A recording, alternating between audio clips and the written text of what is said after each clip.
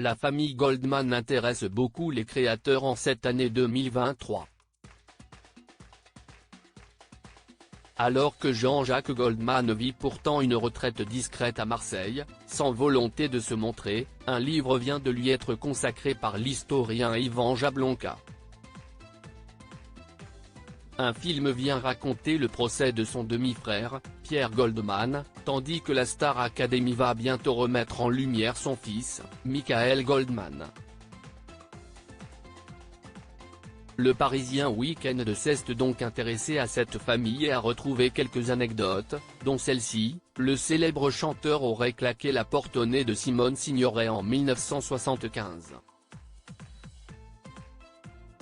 Alors que le demi-frère de Jean-Jacques Goldman, Pierre, a été condamné à la réclusion à perpétuité pour meurtre l'année précédente, des célébrités ont pris fait et cause pour lui, ne croyant pas en sa culpabilité.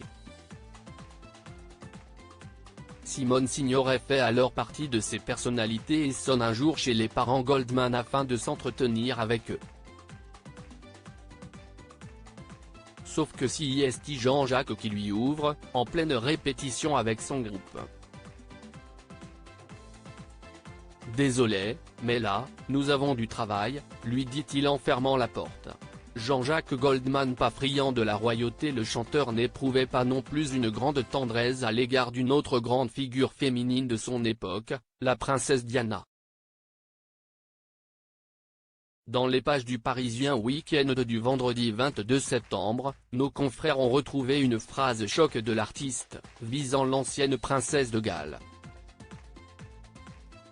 Peu de temps après l'accident qui a coûté la vie à la mère des princes Harry et William, le chanteur aurait déclaré « Partir de Portofino pour aller dîner au Ritz un soir, en avion privé, je trouve que c'est la fin du monde ».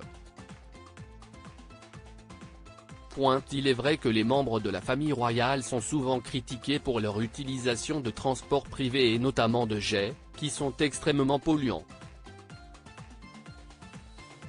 Mais c'est le fait que le chanteur de Quand la musique est bonne ait prononcé cette phrase peu de temps après l'accident survenu en 1997 dans le tunnel sous le pont de l'Alma qui est particulièrement dérangeant.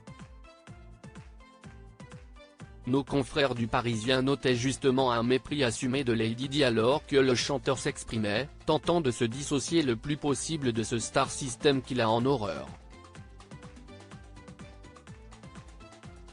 Crédit photo, agence.